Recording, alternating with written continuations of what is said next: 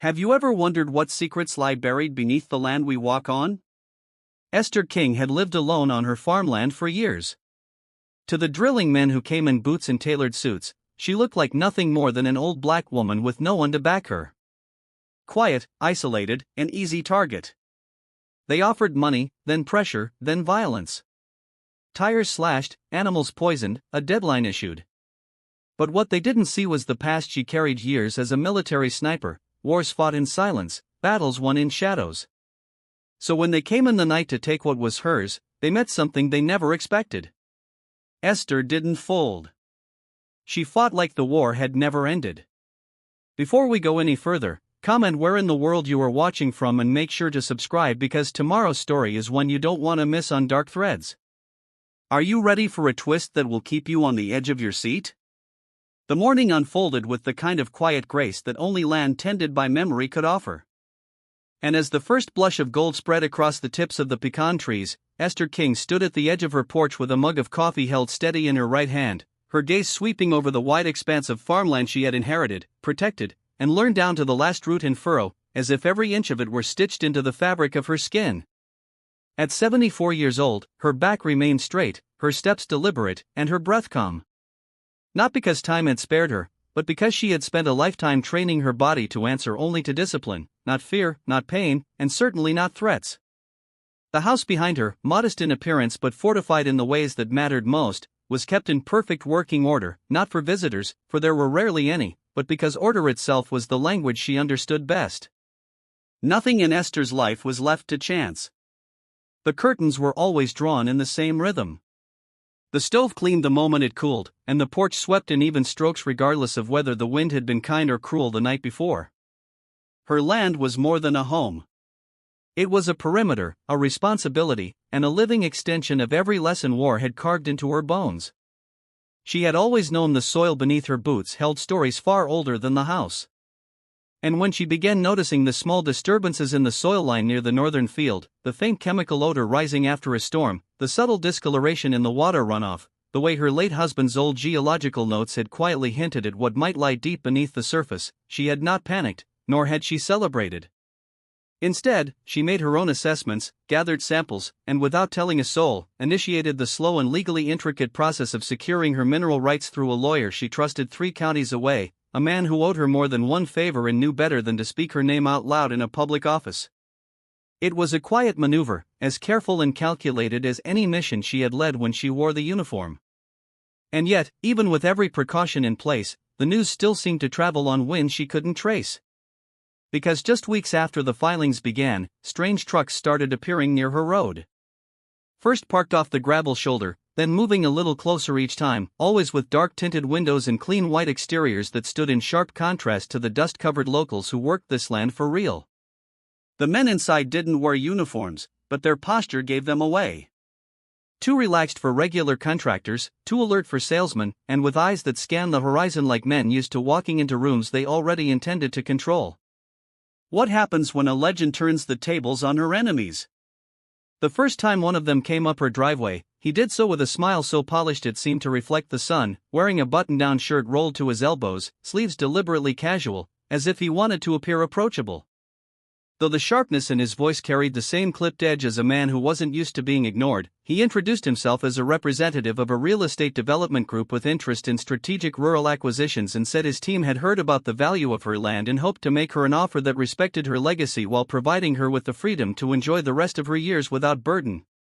She hadn't invited him to sit. She hadn't offered him coffee.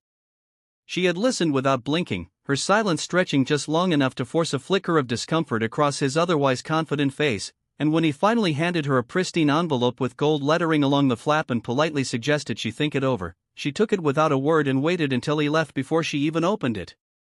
That evening, as the sun dipped behind the ridge and the cicadas filled the dusk with their pulsing rhythm, she stood alone at the edge of her field with the envelope open in her hand, and the offer inside staring back at her in bold, unapologetic print, a number so large it might have made another woman pause, maybe even dream. But Esther only tilted her head slightly and looked out across the land she had bled for, worked for, buried a husband on, and guarded for decades, not because it was lucrative, but because it was hers in every possible way that mattered. She didn't hesitate. She didn't sigh. She walked back to the house, opened the iron stove door, and fed the offer to the flames, watching without emotion as the paper blackened, curled, and turned to ash. Her face bathed in the soft flicker of heat that meant in her world a line had just been crossed, and there would be no retreat, no negotiation, and no warning the next time someone came asking about what lay beneath her ground. By morning, the ash from the envelope had cooled into a soft gray layer at the base of the stove. The only visible evidence of the decision already sealed in her mind. Esther rinsed her mug, tightened the laces on her boots, and stepped onto the porch with the kind of calm that didn't require announcing itself. The early light stretched across the fields in long golden bands, and for a moment everything looked the same. The distant tree line unmoved, the fencing still standing, the gravel drive still quiet. But there was something different in the air, something subtle, like the feeling of a storm waiting far off the horizon, still hidden, but undeniable. She drove to the courthouse as the town was just beginning to stir.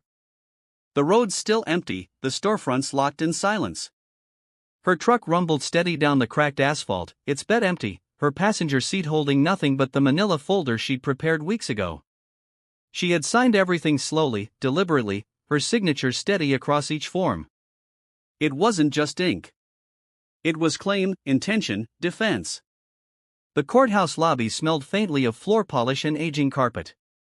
The kind of scent that seemed trapped in the baseboards no matter how many years passed. Esther stepped inside, nodded politely at the security guard, who barely looked up from his crossword, and walked toward the records window where a young clerk with overgelled hair and a name tag that read Derek sat behind a smudged pane of safety glass. She slid the folder across the counter without a word. He glanced up, did a quick double take like he'd expected someone else, then took the documents with an exaggerated sigh, as though handling paperwork from a woman like her at that hour somehow fell outside the scope of his job description. He scanned the top page, tapped a few keys, and muttered something under his breath about older filings being a pain to index. Esther said nothing. She simply watched. His fingers moved across the keyboard, too fast to be thorough. And when the final confirmation screen appeared, he hesitated just long enough to glance toward the hallway that led to the sheriff's office. He reached below the counter, slid his phone from his lap, and without a flicker of shame or subtlety, sent a message with his thumb hovering over the screen like a man doing something important but routine. She made note of the way his eyes didn't meet hers when he handed her back the receipt. No smile, no goodbye. Outside, the sun had climbed higher. The morning had begun to warm, but the chill in the pit of her stomach had nothing to do with temperature. The clerk had sent a message. That meant someone would soon be coming, and they did. The SUV arrived 2 days later, late enough in the morning that the fog had burned off, early enough that neighbors wouldn't be around to see it. It came up the drive slowly, tires too clean, suspension too smooth, the kind of vehicle that belonged in private parking garages, not gravel roads. Esther stood on the porch already, hands at her sides, waiting. She hadn't armed herself visibly, but her stance was enough. The man who emerged wore a deep navy suit that looked tailored but intentionally unbuttoned at the collar, a pair of brown boots with dust smudged just enough to look worn, and an expression that tried to project concern but couldn't quite mask calculation. His blonde hair was combed back with practiced ease, and his sunglasses hung from the second button of his shirt like a prop in a commercial. "Miss King?" he asked, stepping forward like he expected her to meet him halfway. She didn't move. "I'm Cal Briggs," he said, pausing for a beat as if the name ought to mean something. "I work with a group that partners with legacy landowners, folks like yourself who built something valuable and might be ready to transition into the next chapter." She raised an eyebrow. He pressed on. "I wanted to speak with you directly, respectfully, before things got too formal. You've got a beautiful piece of property here, historic, good bones, and under all this charm. Well, let's just say there's real value waiting to be unlocked." He let that last word hang in the air, like a salesman testing how far he could push before revealing what he already assumed was his leverage. "I'm not selling," she said flatly. Cal smiled. But it was the kind of smile that didn't make it past the corners of his mouth. "Of course not. Nobody's asking you to rush, but we'd like to put something on the table, just so you know what's possible. We're not here to disrespect your legacy. Lord knows you've held this place down longer than most could, especially given everything else going on out here." He let his eyes sweep across the land as if looking for evidence that she couldn't manage it anymore, as if the fall leaves and cracked dirt were proof that time had finally gotten the best of her. Then he took a small envelope from his inner coat pocket and placed it gently on the porch railing beside her. "Take a look when you're ready. There's more zeros than trouble. That I promise." Esther didn't look at the envelope. She looked at him. "You came out here to tell me I don't belong on my own land." His smile tightened. "Not at all. I came to give you a choice. We like to work with folks who understand the world is changing. This isn't personal. It's just business. You've done well to hold on to this place, Miss King, but we both know. Land like this.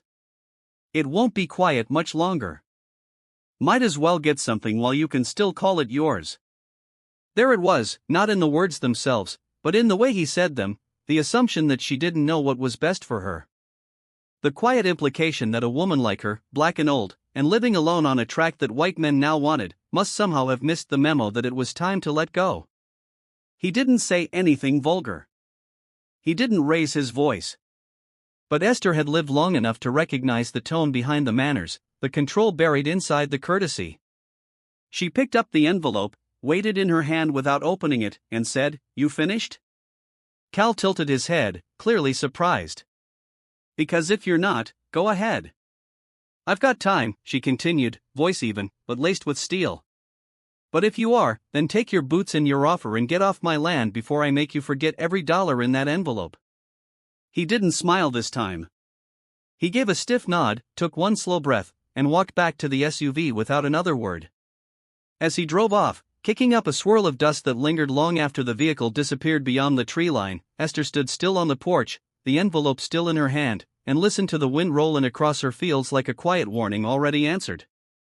The next few days unspooled with an unnatural stillness, as though the land itself were holding its breath. The town, which had already begun to shift in tone, now felt drained of warmth entirely. People who once waved from porches or paused to catch up outside the feed store now crossed the street when they saw her coming, their eyes darting quickly toward the ground, as if something about her presence had become radioactive or worse, marked. No one said anything directly, but the silence around her felt less like absence and more like strategy, as though they were protecting something or someone by keeping her at a distance. She caught it first in the way the store clerk bagged her goods without looking her in the eye, or how the man at the gas station, who used to joke about the weather, now stiffened when she pulled up beside him. It wasn't fear exactly, nor was it pity. It was the same expression she had seen on young soldiers standing outside tents in far-off deserts, the kind that told you they'd already decided not to get too close, not to care too much, because they didn't want to feel responsible for what happened next. Back at the farm, the signs became less subtle. The first incident was the tire. She found it the morning after a rain, the ground still soft enough to show the shape of boots in the dirt, though the print had been smeared by a sweep of leaves, like someone had tried too hard to cover their tracks. The front driver's side tire of her truck had been slashed. Not deep enough to make noise or halt her immediately, but enough to fail if she'd gone over 40 on the highway. Enough to flip a vehicle if the timing was right. She didn't swear, didn't call anyone. She just changed it, marked the location in her notebook, and took out a longer route map from her desk drawer, one that offered off-grid travel lines in case the roads became unreliable. A few nights later, her water line burst without warning. At first, she assumed it was age. The copper pipe had been installed decades earlier. But when she pulled it from the ground to inspect the damage, she found the break was clean. Too clean. The metal snipped with something far sharper than wear and time. That night, she boiled rainwater and drank it without comment. The following morning, she rerouted her filtration tanks and began storing emergency reserves in sealed containers.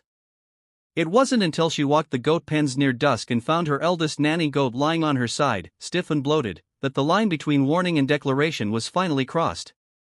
The animal had been healthy, old, yes, but eating well, moving steady. There was no sign of a struggle, no evidence of illness, only the telltale foam at the mouth and the swelling in the joints that spoke of deliberate poisoning. Esther stood there for a long time, one hand braced against the fence rail, watching the last flies settle on the carcass like shadows with wings. She buried the goat herself at the edge of the north pasture, marking the grave with a stone she carved nothing into. That evening, as the sun slid low and the light stretched across the fields in long, honey-colored streaks, she descended into the cellar beneath the pantry and opened the reinforced cabinet that had not seen daylight in more than a decade. Inside, her sniper rifle lay in perfect alignment, wrapped in oiled cloth, each piece cleaned and checked every year on her birthday, out of habit more than preparation. She unwrapped it slowly, testing the scope, calibrating the zero, running her fingers along the stock as though reading Braille. It was an extension of her body, as familiar to her as her own breath. She brought out her sidearm next, loading it with methodical care before sliding it into the holster clipped against the inside of her waistband. She returned to the porch, not with fear, not with rage, but with a quiet sense of arrival, as though some long dormant part of her had merely been waiting for permission to wake. The next few days were spent walking the land in measured silence, not to admire or harvest, but to catalog, diagram, and prepare. She moved through the fields with a tape measure, a compass, and a carpenter's chalk line, plotting distance against line of sight, marking every natural blind spot and elevation point. She sketched a map by hand, identifying angles of fire, backup shooting positions, and choke points near the fencing where her land narrowed between the oaks and the bluff.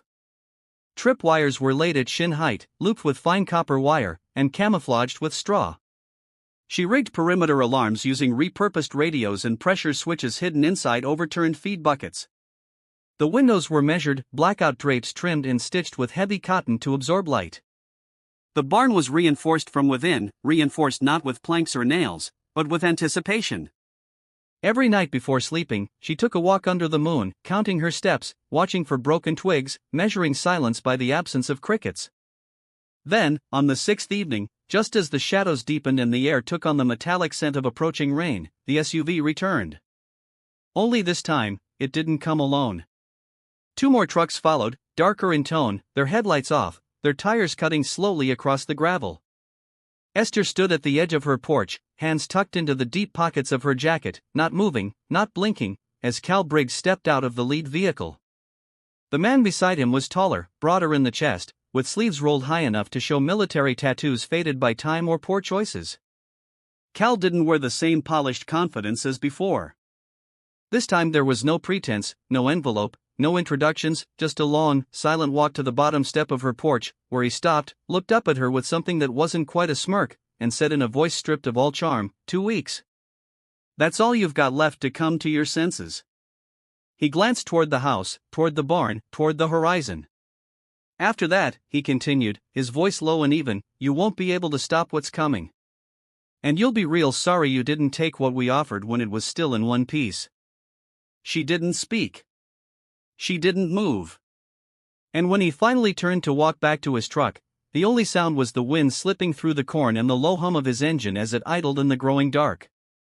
The night after Cal's warning passed without incident, but it brought with it a silence that was too clean, too complete, like the stillness of a hallway right before a door bursts open. Esther slept lightly, boots beside her bed, rifle within reach, every breath measured, every muscle resting just beneath the surface of readiness. By morning, her decision had settled, not as a reaction to fear or pride, but as the only logical outcome when faced with a threat that no longer pretended to be anything else. She began her preparations the same way she once had in the mountains of Afghanistan, by walking the ground, not as a farmer, but as a soldier, reconfirming terrain she already knew by instinct. Every corner of her land became a variable in an equation. Every elevation point an advantage to be marked and leveraged. She moved deliberately through the grass, kneeling often to press her palm into the dirt, testing for softness, measuring depth, accounting for how the earth would shift beneath the weight of boots, not her own. The first trip wires went up at the edges of the west field, concealed by dried leaves, and set low enough that no one would see them unless they crawled. Copper wire stretched between posts that appeared to be broken fencing, but were in fact carefully placed anchors. Each one rigged to a series of buried chimes and pressure switches connected to an old CB radio system she'd reconfigured by hand. When the wires tripped, the signal would trigger a silent vibration beneath her floorboards. Not a sound, not a light, just a whisper through the bones of the house that someone had entered the outer ring. Inside the barn, she cleared the central corridor, moved the animal feed to the far wall, and reinforced the door with 2 heavy oak beams she'd kept for just in case, though she never said what the case would be. From a trapdoor beneath the grain bin, she pulled up a rusted tin box caked in dust and sealed with a code lock, her late husband's, untouched since the year he died. It took her a moment to remember the combination, but her fingers found it before her mind did. The muscle memory outpacing thought. Inside were the old journals bound in canvas and filled with his small, meticulous handwriting. There were notes on water lines, gas pressure levels, seismic readings taken long before modern scans confirmed what he already suspected. Tucked in the folds of the final notebook was a laminated map marked with red grease pencil slashes, locations across the property, notated in a cipher only she and he could read, symbols for observation points, line of sight corridors, fallback zones. Beneath the map, wrapped in oiled cloth, was the external drive. It bore no label, no markings, just a black shell and the weight of something left behind, not for curiosity, but for survival. Esther set it aside, knowing it would come into play later, knowing the information it held would have value, either as a shield or a weapon. She spent the next 3 days wiring the house and land with hidden cameras small enough to nestle in tree hollows and fence rails powered by solar units and fed into a laptop she kept under the false drawer of her writing desk. The screens flickered to life quadrant by quadrant until the entire property unfolded in real-time visuals. Every tree line, every gate, every approach, visible through at least 2 angles. She watched them for hours, adjusting lenses, recalibrating angles, noting where her own blind spots remained. That's when she found the first scout cam. It had been placed high in a tree near the eastern slope, camouflaged well, but not well enough for someone who had spent a career spotting glints of metal from hundreds of yards away. She climbed the ladder with care, removed the unit, and pried it open on the tailgate of her truck. It wasn't amateur tech. It was clean, small, and fed into a secured uplink. She smashed the internal chip with the butt of her screwdriver, tossed the shell into her burn barrel, and then circled the perimeter until she found the second one tucked beneath a false knot in the bark of an old hickory tree near the creek bed. This one she didn't destroy. Instead, she rewired the transmitter, looped its signal, and fed it footage from 2 days prior. Calm land, no traps, no activity. A still life meant to trick the eye. If they were watching, they'd now be seeing nothing at all. That night, she reached out to Isaac. He answered on the 3rd ring, his voice rough from bourbon or sleep. Though with Isaac, it was hard to tell which came first. "You back in the game?" he asked before she even said her name. "I never left it," she replied, her voice low and steady. "You calling means you need a scan," he said. "For square miles stitched. I need heat signatures, recent tracks, anything crossing the timberline. I'll send it in 24. I'll pull from my NOAA backup, should be clean. Make sure it is. If they're watching my land, they're watching everything." A pause followed, not from doubt, but from understanding. "You alone?" he asked. "I'm enough," she said. He didn't argue, just exhaled through his nose and said, "You always were. Check your inbox tomorrow." She hung up without goodbye. By the next morning, she had relocated her primary sniper nest to the old silo. Its steel frame still stable despite the years, now cleaned and converted with sandbags, blackout tarp, and a mattress she cut down from the guest room. From this height, she had clear views of the road, the northern woods, and all 3 approach paths. She opened her rifle case, clicked the magazine into place, adjusted the scope by half a notch, then laid prone with the stock pressed against her shoulder. Her eye aligned to the glass. Her breathing slowed, and the wind whispered through the cracks in the metal walls. She loaded the final round and murmured to herself with a tone that didn't tremble, didn't waver, didn't break, not a prayer, not a curse.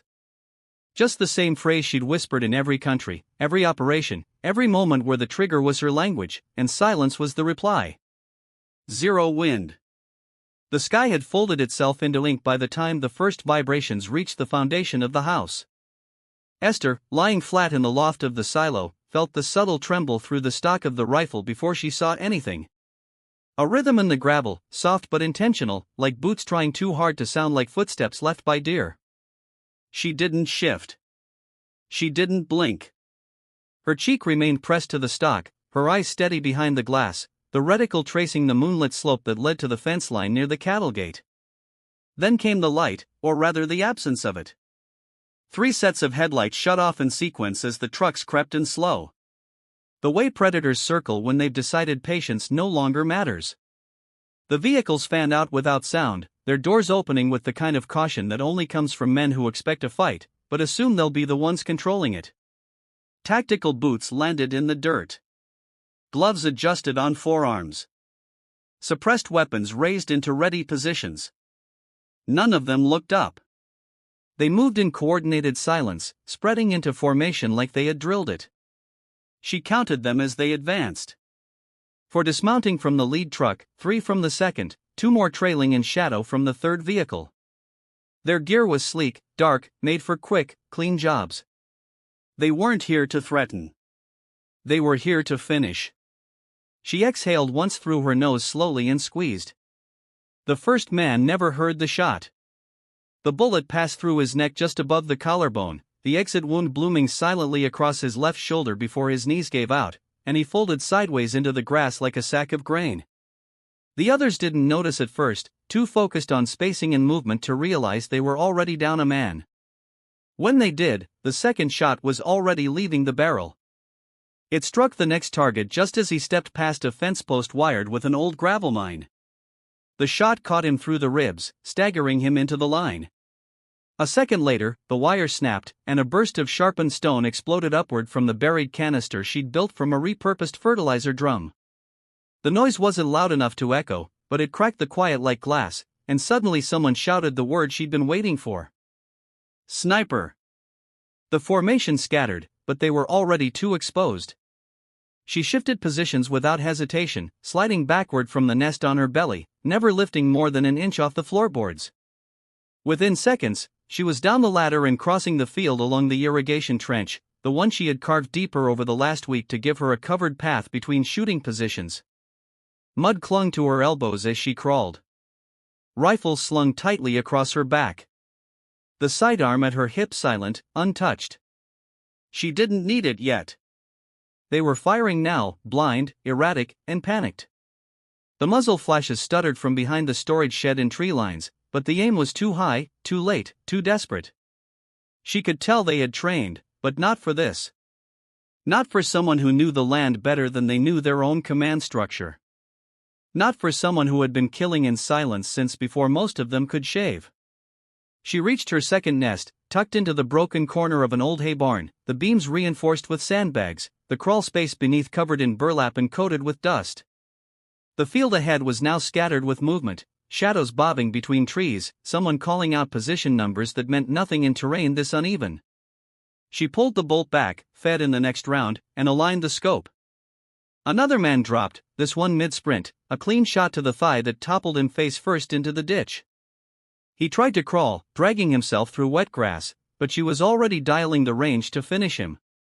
She didn't pull the trigger right away. She watched him for a few seconds, his fingers digging into dirt, his lips moving like maybe he thought a prayer could stop what was coming. She pulled. The silence after each shot was worse than the shots themselves. It settled across the fields like a second skin, draped over the earth as if daring anyone to speak, to breathe, to believe they had control of the night again. But they didn't. She did. Down near the eastern fence, one of them set off a second trap, a tripwire rigged to a garden hoe and a propane flare. The burst of light ignited the underbrush for just long enough to expose 2 more targets who had ducked behind a pile of firewood. She couldn't hit them both from this angle, but she fired anyway. One dropped, the other ran, shouting into his radio for backup. She switched positions again. Each move was calculated, each nest pre-built with small comforts she had earned through repetition, water bottles, a rolled cloth to rest her arm, a field map scratched into wood with nail points. She rotated through 4 positions before the trucks even thought to reverse, before the tires finally spun through the mud in retreat, dragging the wounded and the shaken back into their steel cocoons. The last thing they expected was to be hunted by a woman with gray in her hair and ghosts in her bones. The air inside the house had already changed by the time she reached the back door. It wasn't the smell of smoke or cordite or blood. Those came later, but the subtle disruption in the air pressure, the kind that whispered of open doors and boots tracking across hardwood that had never known strangers. Esther crouched low behind the coat rack in the utility hallway, her sidearm drawn, her body balanced on the balls of her feet, her breath shallow and measured. The breach hadn't been explosive. They were trying to stay quiet, to move like shadows in a place built for ghosts. But her ears caught every board creak, every whispered signal between men who had trained for urban raids, but not for the house of a woman who had spent her youth threading death through buildings far less forgiving than this one. The first one moved through the kitchen, rifle angled low, flashlight flicking in wide arcs across the cabinets and tile. Esther let him pass the pantry before triggering the smoke bomb she had stashed in the ovens and used lower compartment. The room filled in seconds, thick white haze swallowing every outline. She moved through it like water, silent and precise, her shoulder grazing the edge of the breakfast bar as she ducked behind it and counted the seconds. 1, 2, 3. The second man entered through the side window, feet landing softly on the kitchen mat she had rigged with roofing nails punched through the underside. His shout was muffled, more pain than surprise, and she used the noise to mask her movement, sliding in behind the first man and striking the crook of his elbow with the butt of her pistol. The weapon clattered from his grip.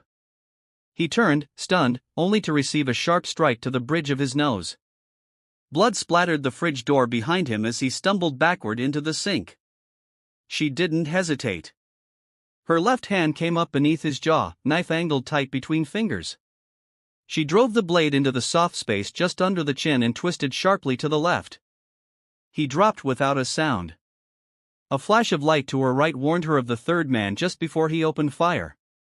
The bullet grazed her shoulder, the heat of it tearing through the outer fabric of her jacket and biting into skin with a sting sharp enough to jolt but not slow her. She dove behind the dining table, already reaching for the second smoke canister, tossing it overhand toward the hallway just as a boot struck the edge of the table, tipping it sideways and sending plates crashing. The flare hissed as it ignited, spraying sparks into the stairwell. The hall lit up in bursts, pulsing red like a heartbeat too loud in the ears. She saw the shadow of the shooter first, tall, fast, moving too confidently, and as he stepped forward, she fired from the ground, low and tight, catching him in the left knee. He went down screaming, the gun spinning from his hand and bouncing once before skidding into the baseboard.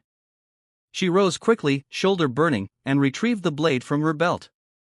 Blood dripped onto the floor as she closed the distance between them, breathing hard but silent. And then, without ceremony or pause, she drove the knife into the base of his neck. He twitched once, then was still. A creak behind her, small, deliberate, someone moving slow. She didn't turn. Instead, she spun the desk lamp nearest her, casting its cone of light across the far end of the hallway, then dropped low, crawling under the table as the intruder entered from the rear stairwell. She watched his legs move past her hiding place, steady, careful, his breathing controlled. He was smart, checking angles, ignoring the distractions, but not smart enough. Esther reached up and pulled the cord on the swing lamp just above the bookshelf. The movement drew his eye for half a second, long enough. She lunged forward and stabbed upward, the blade slipping through the bottom of the lampshade and into his chest with a force that rattled the shade itself. The man gasped, staggered backward, and collapsed into a chair, gurgling as his lungs filled with blood. Only then did she pause, leaning against the edge of the wall, panting, her hand pressed to the bleeding groove along her shoulder. It wasn't deep, but it would need wrapping. Not yet. Outside, the gunfire had faded, the others having retreated, regrouped, or been taken down by her traps and scope. Inside, the only sound was the labored breath of one last man still alive, barely.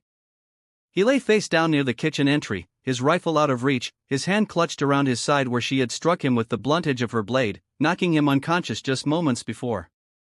She pulled a zip tie from the pocket of her coat, rolled him roughly onto his stomach, and bound his wrists with practiced speed.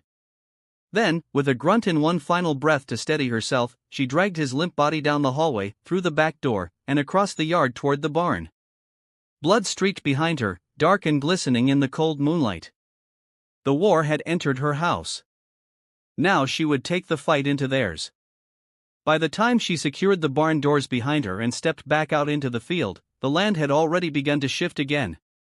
It wasn't the wind or the trees that moved, but the air itself, thicker now, heavier, pulsing with the kind of tension that comes not from fear, but from the certainty that what's coming next is built for destruction. The first wave had been a test, an underestimation. The next would be something else entirely. She made it halfway to the front pasture before she saw the silhouettes. Larger this time, moving in tighter formation, heads low and shoulders square, like they'd done this before in places where mercy wasn't written into the mission. The trucks didn't stop at the road.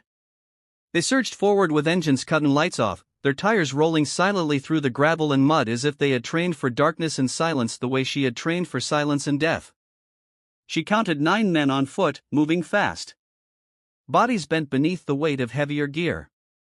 Breech kits, shields, canisters strapped to packs, hammers in hand, their movement too clean for hired muscle and too reckless for law enforcement. From her vantage point behind the irrigation tank, she watched as 2 of them approached the back entrance, crouched low beneath the living room window. One of them held a gas canister, the other a sledge, and both looked up at the same time, nodding once before preparing to strike. She didn't wait. With a flick of her wrist, she triggered the tripwire that ran from the doghouse post to the base of the porch steps. The wire, invisible in the dark, snapped back the latch on a flare rigged above the gutter.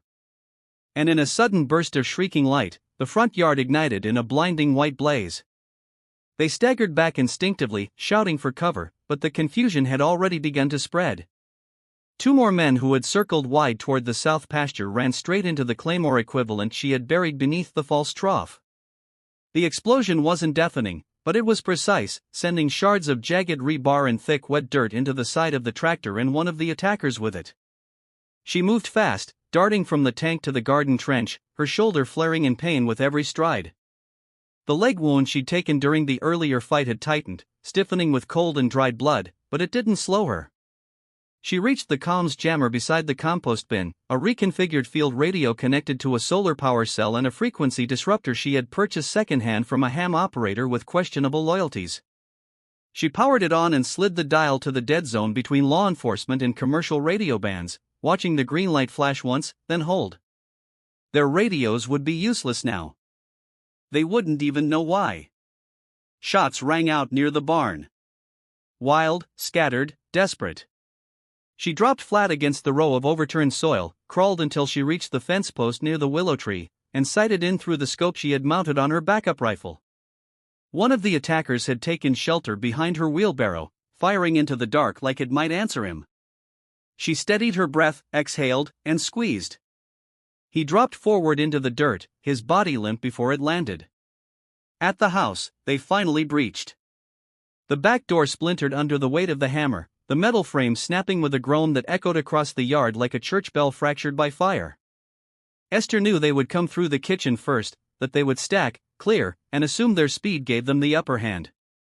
What they didn't know was that she had removed the refrigerator from its usual spot and replaced it with a frame-mounted steel rod bent at an angle set just above eye level. She reached the porch seconds after they entered and slipped through the broken siding on the north wall. Moving through the smoke-filled hallways, she used their confusion against them. 2 were already blinded by the flash flares, rubbing their eyes, weapons swinging low. A third moved with intention, pressing through the smoke, barking orders that didn't match military cadence. She ducked beneath a swinging flashlight beam, pressed herself against the pantry wall, and waited for the thud of his boot to pass the threshold. Then she struck. The rod connected with the side of his head just above the ear, and the man dropped instantly, collapsing with a grunt into the floorboards. She reached down to roll him over and froze. Cal. His face, even bloodied and slack-jawed, was unmistakable. The same smug curve to the jaw, the same polished arrogance now collapsed in a heap beneath her kitchen light. She bound his hands quickly, dragged him by the shoulders through the hallway, and left him behind the upturned dining table before returning to clear the house. When the sun finally rose, it did so without drama. The field smoked in soft tendrils, patches of churned earth glowing faintly in the new light, and her porch was littered with debris, broken boots, spent magazines, a gas mask hanging from the rail like a piece of shed skin. 3 of them were alive.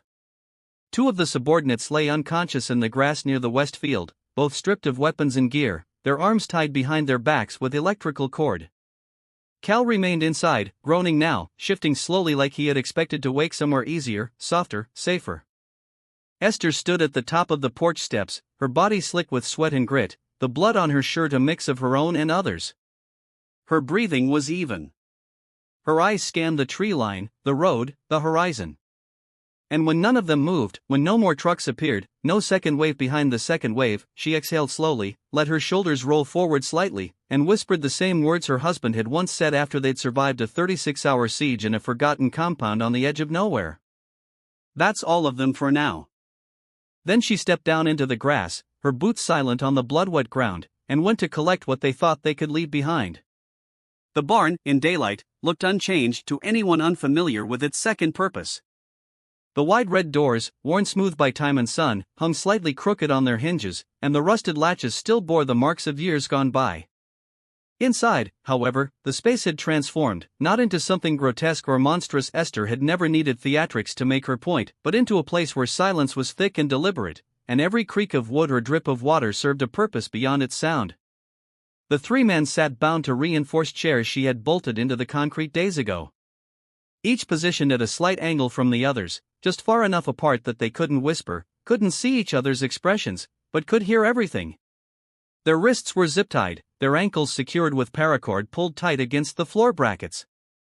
Duct tape had sealed their mouths during transport, now removed with a slow, deliberate hand, not to grant them speech, but to measure their reaction to its return. Esther didn't speak for the first hour. She moved around them with quiet efficiency, adjusting lights mounted on portable tripods, wiping blood from her temple with a cloth soaked in cold rainwater, resetting the battery on the small field recorder she'd placed on the shelf above Cal's head. She let the barn settle into itself, the distant ticking of a leak in the roof, the wind pushing through the slats high along the back wall, and the slow, steady rhythm of water dripping from a metal bucket suspended just above the concrete near the far door. Every sound was intentional, and none of it was rushed. She poured water from a tin kettle into 3 canteens, left them just out of reach on the ground, then turned on a single hanging bulb that swung lazily above them, casting long shifting shadows across the barn floor. When she finally pulled up a folding chair and sat facing them, her expression was unreadable, not hard, not cruel, just quiet, and entirely in control. "You came here to erase me," she said, her voice low and steady. "You failed." No one answered. One of the subordinates, wiry, younger, breathing through clenched teeth, shifted slightly in his chair. The other sat completely still, eyes closed, either conserving energy or pretending indifference. Cal met her gaze without flinching. Blood dried across his jaw where she had struck him, his right eye beginning to swell shut, but his expression remained composed as if his training still whispered that posture was strength even here, even now. Esther stood, walked slowly to the back wall, and picked up a small handheld speaker connected to her recorder. She pressed play in the room filled with the sound of gunfire, boots in mud, and distant voices shouting fractured commands from the night before. It wasn't just sound. It was proof, a timeline, a record of what had happened when they thought they were still in control. When the recording ended, she turned to the younger man. "You want to tell me who's giving orders now?" she asked. He didn't speak. She nodded once and walked to the light, tilted the bulb directly into his face, and stood silently as the heat began to work on his resolve. 10 minutes passed. 20, the sweat started to form at his temples, then trickled down his neck. He shifted again, blinked hard, swallowed dry air. Esther didn't touch him. She didn't shout. She simply moved the water bottle an inch closer, then stopped, letting the silence do the rest. "I'm not dying for this," he muttered at last, voice cracked and raw. "Who are you dying for then?" she asked, crouching slightly, her voice calm and even. He hesitated. "We don't know names, just layers. We're told when, where, how. The money comes from out of state. Transfers, cash drops, sometimes fake construction bids." "And Cal?" she asked without looking at him. "Middleman," the man whispered. She walked over to Cal, crouched in front of him, meeting what was left of his gaze. "You want to keep playing the professional or should I let him keep talking?" Cal smiled, but it was tight now, hollow at the edges. "You're not going to kill me, Miss King." "No," she said, "but I don't need to." She pulled a folder from the shelf, one of her husband's. She laid it open on the table beside Cal's chair, flipping through pages marked with land registry codes, transfer documents, and surveys all tied to the property surrounding hers. "You've been here before," she said. "Years ago. Quiet purchases, forced liens, families that left in the middle of the night. You were part of that wave, too, weren't you?" Cal didn't answer, but the flicker in his expression was enough. She slid a photograph across the table, grainy, black and white, taken from a drone years ago, showing Cal standing with Cobb outside a state land auction office. "You think no one was watching," she said. You think my husband didn't see what was coming? Cal's lips parted slightly. He inhaled but said nothing. She leaned in, voice quiet now, nearly tender. You ever tell your daughter how you make your money, Cal? Because I will. I'll tell her, and I'll tell the courts, and I'll send the audio to every paper west of the Mississippi if I have to. His jaw clenched. Sheriff Cobb, he said finally, his voice like gravel in his throat. He gets the names. He gets the filings. He knows who to lean on. The registrar, she asked. Cal nodded once. Her job was to delay your paperwork. You weren't supposed to file in time. Once the window closed, we move. Claim squatters' rights. Stage a chemical spill. Condemn the land. Same play as always. Esther pressed stop on the recorder. Then stood. You put me on a list, she said, her voice low now, filled with something older than anger. You had no idea what kind of name you were crossing out. She walked to the door, opened it to the cold morning light, and let the silence hang behind her like a judgment waiting to fall. Inside the barn, the men remained bound, but the story had already started to break. She didn't return to the house right away.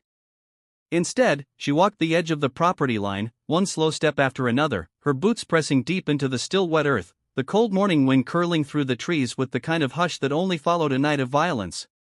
The barn doors remained shut behind her, their interior still cloaked in the weight of confession. And though the sun had fully crested the horizon, nothing about the light felt clean yet.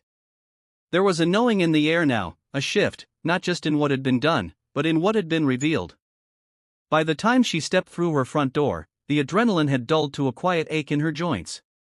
Her hands, still lined with dried blood, moved with muscle memory more than thought, as she lit the stove, boiled water, and poured herself a cup she never drank. The cup sat cooling beside the window while she reached into the drawer below the sink and pulled out the old green ledger she hadn't touched in years, the one her husband used to keep tucked beneath the third floorboard in the bedroom, marked only by a frayed ribbon and a single faint cross on the spine. The journal wasn't what it seemed. It never had been. The first few pages were lists, fencing materials, feed calculations, rotational crop plans, but after the second section, the entries changed. The writing grew tighter, more deliberate, and the dates became sporadic. Esther recognized the structure immediately. Operational shorthand, one they had used in the field when notes had to be disguised as logistics or inventory. Her husband, who had walked away from service with injuries no one could see, and a mind that stayed locked onto mission cadence, had embedded a cipher in his pages, just in case someone ever came looking to understand what he hadn't been ready to say aloud. She turned the journal sideways, angled it beneath the morning light, and followed the diagonal lines marked faintly in red pencil, coordinates hidden in supply totals, names buried in expense columns. The patterns were old but familiar, and as she decoded them, the truth began to take shape with painful clarity. He had known about the gas years ago, not from a neighbor, not from a company report, but from a quiet contract signed by an out-of-state agency that had flagged the mineral content beneath their land as high value. He hadn't told her because he'd been working to slow the process from within, using outdated surveys and technical obfuscation to stall exploration permits. He hadn't wanted her to worry. He thought he could buy them time, but someone had found out. The entries near the back grew darker. There were notes about meetings with a state officer, a man who had promised confidentiality, who had taken copies of the forged maps, and said he would bury them beneath other filings until the political winds shifted. Esther read the dates carefully. One stood out, circled twice in black ink and followed by only one more line written in a hand that had started to shake. Meeting confirmed. Cobb's name came up. Need to be careful. That was the last entry. Her husband had died in a single car accident on the highway back from that meeting. The truck found crumpled in a ravine. The report said the brakes had failed.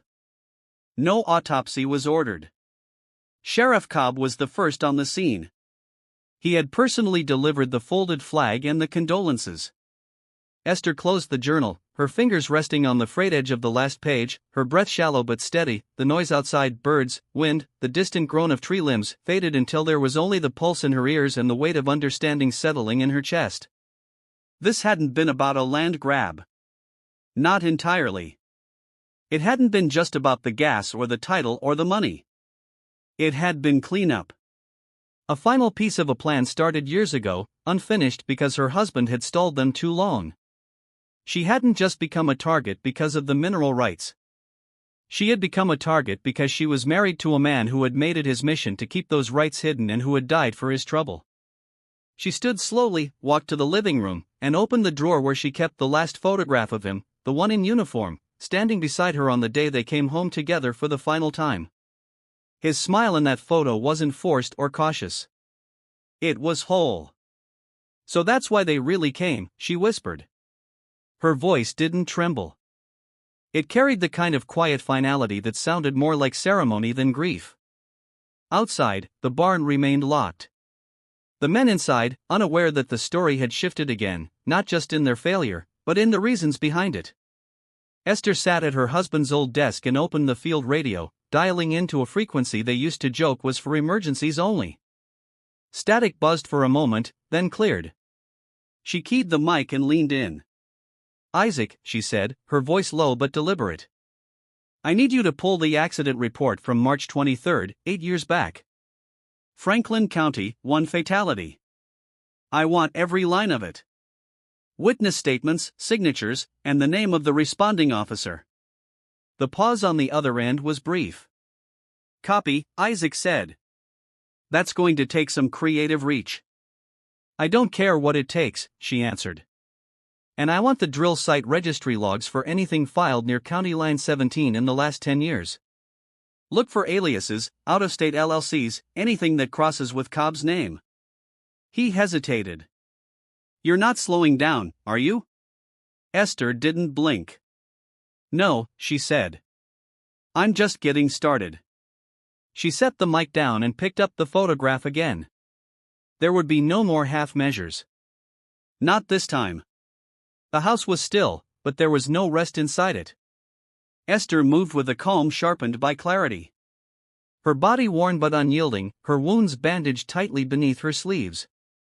The storm had passed outside, but the real work, the kind built not on gunpowder but paper and proof, was only beginning. The confessions were still fresh in her ears, but she didn't play them back. She didn't need to.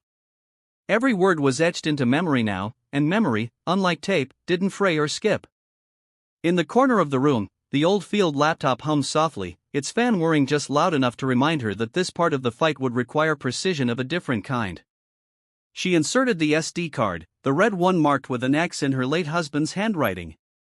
A relic of habit, long before external drives replaced most of their field tools. The files loaded without error. She opened the folders one by one, checking audio levels, scanning for timestamp mismatches. Each file was labeled meticulously. Confession 1, Cal Briggs. Confession 2, Operator Number 3. Confession 3, Target Sequence Breakdown. A master folder contained geotags, land records, corrupted transfer receipts, and a side-by-side comparison of the delayed filings cross-referenced with Cobb's name. Proof, not speculation. She encrypted the backups to 3 separate drives, 2 physical, 1 virtual, and placed one into a hollowed-out floorboard beneath the hallway rug, another into a waterproof pouch she buried beneath the Elas in the West Garden. The virtual version was uploaded to a secure cloud hub run by one of Isaac's old surveillance contacts in Nevada, someone who owed them more than a few favors and didn't ask questions unless he was trying to keep you alive.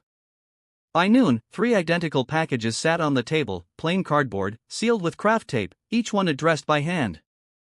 One to a small investigative newsroom out of Mobile that had a reputation for chasing corruption cases the bigger stations wouldn't touch. One to a state government watchdog group that had sued Cobb's office twice in the last 5 years. And the third, the heaviest, bound for a retired federal prosecutor now running a legal podcast that had just last month publicly questioned the legitimacy of land seizures across the state's southern counties. Each box contained a thumb drive, a transcript, and a note written in Esther's measured hand. "You don't know me, but you know the pattern. Here's what it looks like when someone survives it." She drove the parcels herself, using the old truck with the stolen plates Isaac had sent her last spring as a joke that had become useful in a way neither of them expected. She mailed each package from a different post office in 3 different towns, pausing in none of them long enough to register as familiar. At each stop she left a small piece of her silence behind and carried nothing back but air. That night, with the barn secured and her house again dark but fully wired, she sat at the kitchen table and opened her notebook to a name she hadn't written in years. Mariah Knox. She had seen her once years ago giving a talk at a veterans' rights rally about environmental displacement and legal protections for underserved landowners. The young lawyer had spoken not with anger, but with clarity, and clarity, Esther had learned, was rarer than rage in most people who fought against systems like this. Mariah had since made a name for herself, challenging corrupt pipeline contracts and winning 3 injunctions against state-backed drilling corporations tied to interstate fraud. Esther hadn't needed her before. She did now. She placed the call just after 10 o'clock. The phone rang 5 times before a calm, no-nonsense voice answered.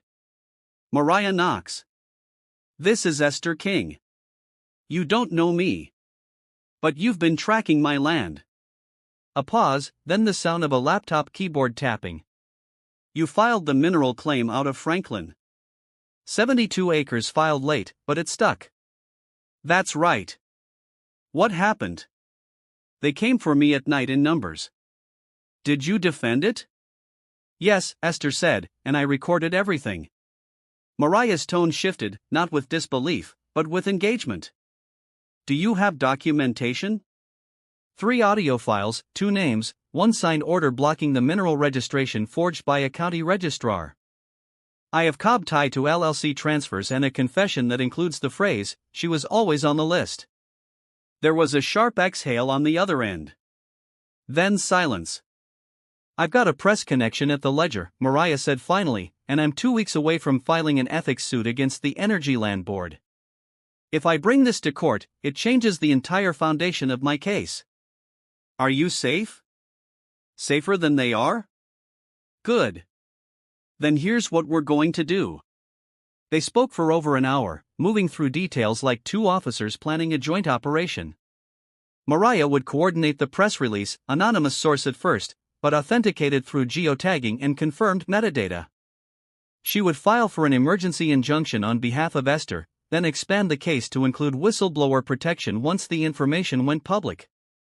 A civil racketeering charge would follow, naming Cobb, and the registrar supported by the filed evidence, the audio confessions, and Esther's testimony. By the time Esther hung up, the legal fuse had already been lit. She leaned back in her chair, the ache in her shoulders settling beneath the surface again, and stared at the old wood beams above her head.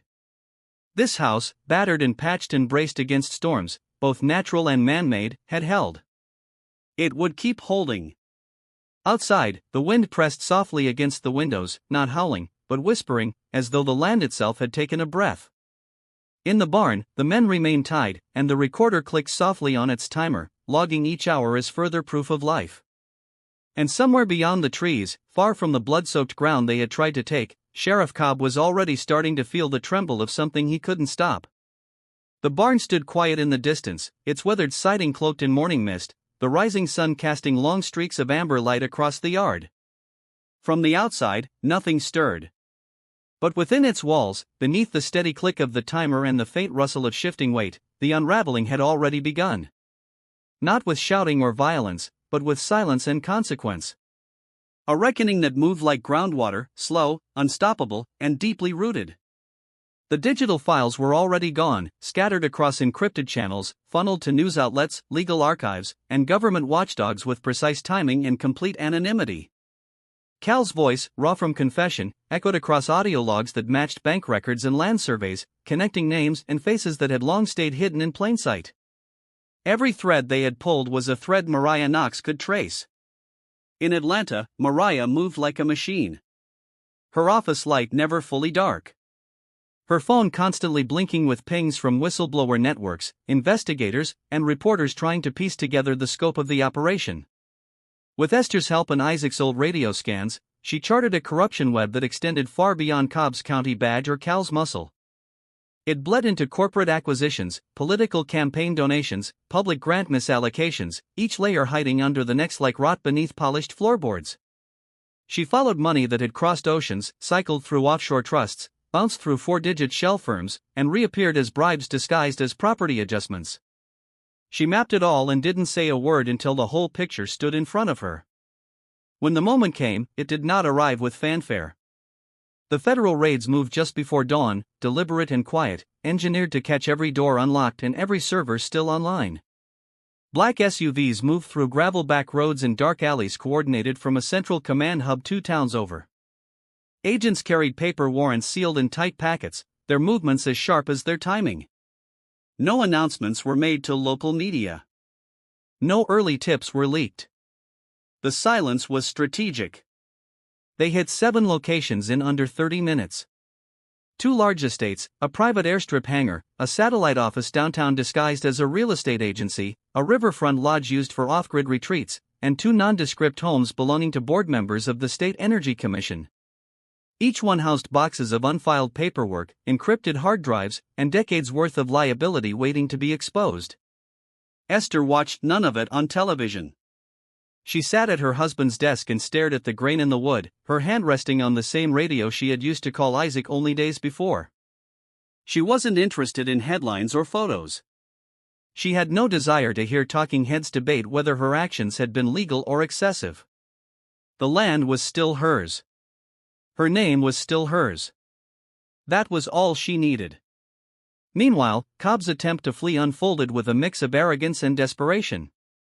He had driven 3 states over in a rented SUV, his passport a forgery bearing a Florida birth date and a Mississippi license number that hadn't been valid in over a decade. He checked into a roadside inn under the name Leland Gibbons and paid cash.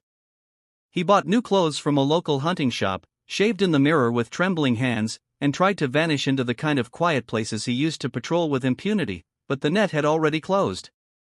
He was pulled over by a state trooper just past the levee. The vehicle flagged before he even crossed the county line. Inside the SUV, they found burner phones, a stack of cash in foreign currency, and a map with 3 border crossings circled in red ink. He didn't protest the cuffs. He just looked off into the trees as if they might open up and offer him one last escape, but there were no more exits. Back on Esther's land, the men she had left bound in the barn remained right where she'd placed them, silent, still, and in no position to run. She hadn't spoken to them since that final recorded confession. No threats, no questions, no gloating, just food left within reach, water refilled, and a heater humming low in the corner, enough to keep them from freezing, but not enough to offer comfort. When the first federal agents arrived on her land, she met them at the gate with no weapon in hand, only a folder containing passwords to the encrypted backups and the digital key to her own logs. She pointed toward the barn and said with a calm that carried no pride and no hesitation, 3 inside, all armed when they came, all alive now. They nodded, thanked her, and proceeded without another word. The agents processed the captives without incident, noting the medical attention they'd already received and the clear evidence of restraint, not cruelty. The men were shackled and led away. No longer soldiers or enforcers, but witnesses and evidence in a case they never thought would leave the county line. Cal, for all his bravado and threats, gave a full deposition within 48 hours. Faced with a wall of evidence, federal charges, and a string of accomplices eager to trade stories for lighter sentencing, he accepted the role of whistleblower. His testimony sealed 3 federal indictments and helped accelerate subpoenas against 2 sitting state energy commissioners. Back at the courthouse, Esther's paperwork, once stalled, lost, or conveniently delayed, moved through without friction. No more clerks side-eyeing her. No more misfiled signatures or forgotten stamps. Her legal title was restored, mineral rights secured, and ownership reaffirmed at every level. When asked if she'd be willing to appear in court or on camera, her answer was the same. No interviews, just closure. By week's end, the headlines had changed. What began as a missing permit case in a forgotten township had become a national story of land theft, corporate conspiracy, and one woman's refusal to yield. But Esther didn't watch the broadcasts. She stood near the barn, staring at the scarred dirt, where trucks had once rolled in and bled back out, where boots had pressed deep into her ground with arrogance, thinking she would fold. She didn't fold, and they would never forget the cost of underestimating her. The indictments came swiftly once Cal's statement was entered into evidence. In a sealed courtroom session attended by federal prosecutors and forensic auditors, his confession matched with GPS logs, recorded wire transfers, and internal correspondence pulled from seized servers became the keystone in a case that had been quietly building momentum behind the scenes. One by one, members of the State Energy Board, city zoning officials, and regulatory agents who had rubber-stamped illegal contracts began submitting their resignations. Some cited personal reasons. Others vanished behind non-disclosure agreements, but the headlines told a clearer story than any official memo: a coordinated effort to defraud vulnerable landowners in favor of a syndicate hidden behind shell companies and offshore accounts. The men tied in Esther's barn had been transferred into FBI custody by the time the morning sun reached its peak. She had left the barn doors open deliberately so the agents could see the evidence without obstruction. They found the captives fed, bandaged where necessary, and seated beneath a blinking camera that had logged every hour of their captivity. Esther had kept everything clean, no bruises that didn't come from the fight, no injuries inflicted after surrender. They had been given blankets, water, and medical aid. One of the agents, after reviewing the footage, simply nodded and made a note in his report.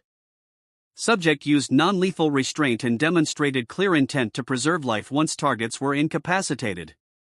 There were no further questions. As for the ones who had not lived through the night, their bodies were recovered with care, tagged and bagged by professionals who knew better than to ask Esther what had happened in the dark. The evidence told the story for her. The propane flare near the firewood stack, the shrapnel pattern by the southern fence, the deep impressions left behind by the breaching hammers still clutched in dead hands. Each piece aligned with her account and matched the timestamps from her mounted cameras. The federal report would later classify all 10 deaths under defensive action taken during an organized armed assault. It was a legal term, but one that carried no stain on her name. Sheriff Cobb didn't run far. After failing to cross state lines using a falsified identity and a rental car procured under an expired drilling license, he was taken into custody by a quiet task force stationed at the county line. His suitcase held more than fake credentials. It held a thumb drive encrypted with bribe records, land grab directives, and a partial list of targeted properties. Esther's name was circled in red ink. He had no chance to speak for himself in court. His arraignment was closed to the public. And though his mugshot leaked within hours, the press release simply read, "Charged with conspiracy, racketeering, and obstruction of justice in a multi-state fraud case." He was denied bail. Mariah Knox handled the rest with surgical precision. She and Esther reviewed every document together at the old kitchen table where the war had begun. It was there, beneath the soft light of a single lamp, that they laid out the paths for restitution. Esther's mineral rights were not only honored but secured under full federal protection through a clause in the Whistleblower Land Security Act, a provision rarely used, but invoked in light of the attempted land seizure and violence she had endured. The rights were irrevocable. The land could never be touched without her express permission. No more loopholes, no more games. When Mariah offered Esther a seat on the advisory board for the new Land Protection Coalition, named in honor of her fight, Esther declined with the same quiet certainty she had carried through the worst of it. "I didn't do this to join another room full of people with opinions," she said plainly. "I did it so the next black woman holding a deed doesn't have to pick up a rifle just to keep her ground." Instead, she used part of her settlement, not the hush money from lawsuits, but the clean federal payout tied to protected mineral claims to establish the King Land Trust. Its mission was simple: to locate, defend, and preserve black-owned farmland across the South. No politics, no cameras, just quiet paperwork, legal firepower, and permanent ownership that couldn't be stolen by forged bids or buried clauses. The men who had come for her never spoke her name again in court. Cal pled to a reduced sentence in exchange for everything he knew, which turned out to be considerable. The 2 men captured beside him accepted plea deals as well. Their silence traded for time. None of them saw the inside of her barn again. And the land itself, the fields that had once hidden traps and soaked up blood, grew quiet again, not in the sense of forgetting, but in the way trees remember storms without needing to speak of them. Grass regrew over the buried safe. The fence post stood tall once more, and in the far corner of the property, where the dirt ran redder than anywhere else, Esther placed no marker. She let the wind have that place. When asked later why she refused every media request, every feature article, every invitation to speak, she answered only once. And it was to Mariah sitting on the porch one evening as the sky bled orange behind the hills. "They already got my story," she said. "I don't need to sell it back to them. The new boards on the shed didn't match the old ones. They were smoother, paler, and still smelled faintly of sawdust and fresh stain. But Esther didn't mind. She ran her hand along the grain, feeling the clean lines where chaos had torn through weeks ago. Around her, the sounds of rebuilding were soft but constant. The low scrape of a trowel, the rhythmic thump of boots against dirt, the occasional hammer tap when someone found a stubborn nail. None of it was rushed. The volunteers who showed up didn't come with speeches or sympathy. They came with tool belts and thermoses, old habits from lives spent in uniforms, carrying quiet knowledge of what it meant to lose something and then build again. The shed was first, but not the last. Across the western acres, a new structure rose slowly over the summer, low to the ground, broad in its footprint, with rooms that opened onto wide porches and halls designed without corners. It was a retreat built not for ceremony or accolades, but for use. Veterans came from counties near and far, some wearing their fatigue in the curve of their spines, others in the way they looked at tree lines a second too long. They didn't ask what had happened on the land. The wind still carried the echoes, and the dogs made sure no one got too close without permission. But they respected the quiet, and that was enough. Mariah visited now and then, usually on weekends, bringing updates on legislation, land rights victories, and sometimes just cornbread and black coffee. She always parked in the same spot, just shy of the willow tree that leaned over the gravel drive like it had been listening through the whole fight. Esther kept her company on the porch, where the two women sat without urgency, without needing to fill the space with anything more than presence. Occasionally they talked about the trust, how many acres had been added, what counties were next, how to handle new threats wrapped in friendlier language. But more often than not, they simply watched the sun go down. One morning, just after dawn, the front screen door creaked open, and a flash of brown fur darted out across the porch steps. The pup was fast, full of bark and energy that seemed too big for his small frame.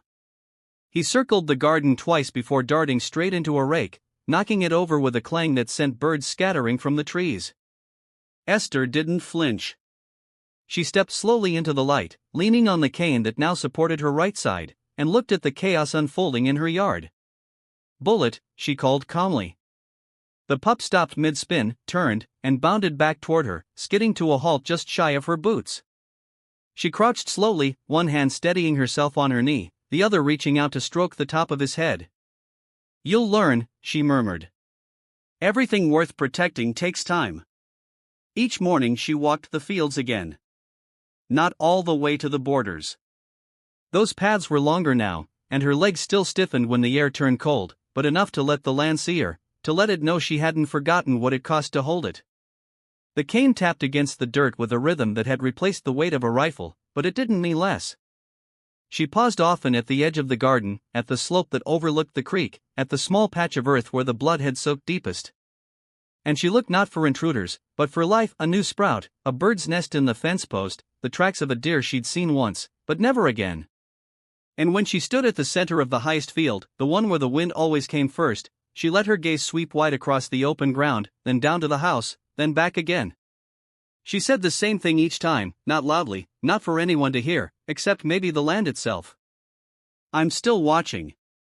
The breeze carried the words across the grass, past the repaired fences and fresh-turned soil into the hollows, where voices once whispered threats, and now only echoed the sound of leaves turning over in the wind. Behind her, the house stood firm. Ahead the horizon waited, not for war, not anymore, but for whatever came next. The grave was tucked at the edge of the north pasture beneath a canopy of sugar maples that dropped golden leaves in October and a cool hush year-round. Esther hadn't been there in 10 years, not because she had forgotten, not because grief had turned her away, but because the silence between them had always been understood.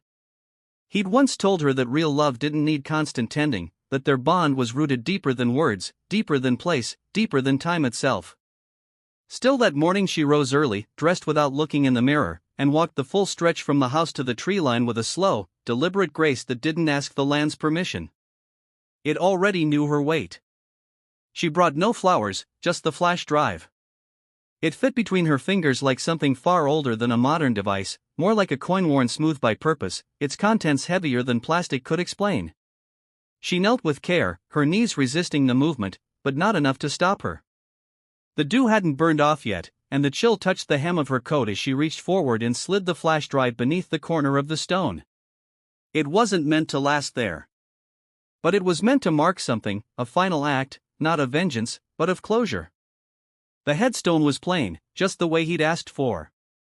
No rank, no war dates, no platitudes, just his name, and beneath it, the words, "Stand quiet." See far, their old field mantra etched in stone. She sat back on her heels, exhaled once through her nose, and let the breeze carry her voice. "They came here thinking I'd fold," she said, her tone even, steady, not softened by sentiment, but not hardened by pain either. "Thought this old house was just that, old. Thought I was past fighting. Thought you weren't still here." She glanced toward the horizon, then back to the name in the stone. "But you married a sniper." The silence settled again, but it was not empty. It was full, stretched wide like the pause before a sunrise, waiting only for memory to rise. And with that, the air around her seemed to slow, and what followed was not seen, but remembered. A flash of heat, her younger self, hair pinned under a cap, breathing through the scope at the edge of some distant hill, heartbeat synced with the wind, eyes sharp and unshaken, the grip of the rifle steady, her finger poised, not out of aggression, but duty. Then the softer warmth of her husband's laugh, sun-soaked and reckless, echoing from a jeep parked outside a tent in Kandahar. Him teasing her about how she never missed, how she made even silence feel tactical. She'd rolled her eyes but smiled anyway because he was the one person who never looked at her like she needed fixing. Another memory bloomed the night he brought her to this land, told her the soil was good, that it had veins of strength running through it, just like her. They had stood on this very field and watched the sky turn from copper to indigo, not saying much, just letting the future wrap around them without fear. And then that last conversation years later, right before he left for that meeting, the one that cost him everything, his hand on her shoulder, the words he didn't say but didn't need to. And her promise unspoken, that if anything ever happened, she would hold the line no matter what shape the threat took. She blinked once slowly, and the present returned. Her fingers grazed the edge of the stone, not to clean it, not to fuss, just to feel that it was still there, that he was still here, not watching from above, not whispering from the trees, but resting. Because now, finally, she could tell him it was done. She rose, using the cane for balance, and stood facing the pasture. Bullet sat nearby, watching with a tilt to his head, as if he knew this wasn't just another walk. "You can rest now," she said, not to the wind, not to the earth, but directly to the space between them. And with that, she turned and made her way back down the worn path toward the house, the cane tapping steady rhythm against the ground.